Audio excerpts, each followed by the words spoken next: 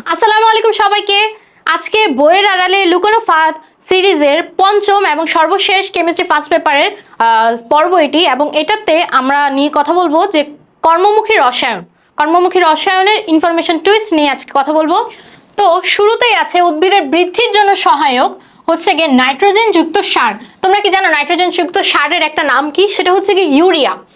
অপরদিকে ফুল ফল ধারণের জন্য সহায়ক সার হচ্ছে গিয়ে পটাশিয়াম বা কে যুক্ত বা পটাশিয়াম সার। এরপর আছে শীতলীকরণের জন্য বা শীতলীকরণের ক্ষেত্রে আমরা যে ফ্রিজ ব্যবহার করি, ফ্রিজের উপরের পার্টটা থাকে আসলে ফ্রিজিং এর জন্য। সেটা তাপমাত্রা কি 0 থেকে -4 ডিগ্রি সেলসিয়াস। সেটা হচ্ছে হাজারি স্যারের তথ্য অনুযায়ী। অপরদিকে কবির স্যারের তথ্য অনুযায়ী আছে 0 থেকে -5 ডিগ্রি সেলসিয়াস। আবার আমরা যে ডিপ ফ্রিজ করি, আমরা মাছ মাংস যেটা সংরক্ষণ করি বা যেটা ডিপ ফ্রিজিং করি, সেটার তাপমাত্রা কি -5 থেকে -18 ডিগ্রি সেলসিয়াস হাজারি স্যারের তথ্য অনুযায়ী। অপরদিকে কবির স্যারের তথ্য অনুযায়ী -5 ডিগ্রি সেলসিয়াস থেকে -10 ডিগ্রি সেলসিয়াস। ঠিক আছে।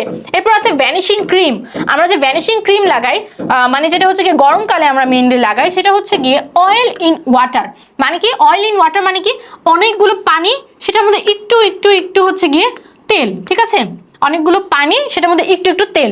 অপরদিকে এটা হচ্ছে কি ইমালশন, এটা অয়েল ইন ওয়াটার ইমালশন। অপরদিকে কোল্ড ক্রিম আমরা যেটা হচ্ছে গিয়ে শীতের দিনে লাগাই, সেটা হচ্ছে গিয়ে ওয়াটার ইন অয়েল। মানে কি সেটার মধ্যে অনেক বেশি তেল থাকে, যাতে হচ্ছে কি শীতকালে আমাদের চামড়া শুষ্ক না হয়ে যায়, এবং সেটার মধ্যে অল্প একটু পানি থাকে। ঠিক আছে, এটা হচ্ছে কি ওয়াটার ইন অয়েল ইমালশন। এরপর আছে জেম পাথর সল মানে কি কঠিন আর কঠিন, মানে বিস্তরিত কণা বিস্তরিত মাধ্যম দুইটাই হচ্ছে কি কঠিন। সেটা কিসের ক্ষেত্রে? সেটা হচ্ছে কি জেম পাথরের ক্ষেত্রে। কিন্তু ঝামা পাথর যেটা, সেটা হচ্ছে কি ফোম, মানে কি বিস্তরিত কণা এবং বিস্তরিত মাধ্যম দুটো ডিফারেন্ট, একটা গ্যাস একটা কঠিন। এরপর আছে গ্লাস ক্লিনার কি আমরা যেটা দিয়ে হচ্ছে গিয়ে গ্লাস পরিষ্কার করি, সেটা তৈলাক্ত বা গ্রিজ পদার্থ হচ্ছে গিয়ে দূর করতে আমাদের লাগে 28% অ্যামোনিয়া দ্রবণ। বারবার আমি বলার সাথে সাথে তোমরা মুখে যদি এরকম করে উচ্চারণ করে নাও, তাহলে কিন্তু তোমাদের ক্লাসটা দেখার পাশাপাশি অনেক কিছু মনেও এসে পড়বে। 28% অ্যামোনিয়া দ্রবণ ব্যবহৃত হয় কি গ্লাস ক্লিনারের ক্ষেত্রে। অপরদিকে টয়লেট ক্লিনারে আমাদের কি ব্যবহৃত হয়? এটা হচ্ছে কি সোডিয়াম হাইড্রোক্সাইড, যার অপর নাম কস্টিক সোডা। ঠিক আছে।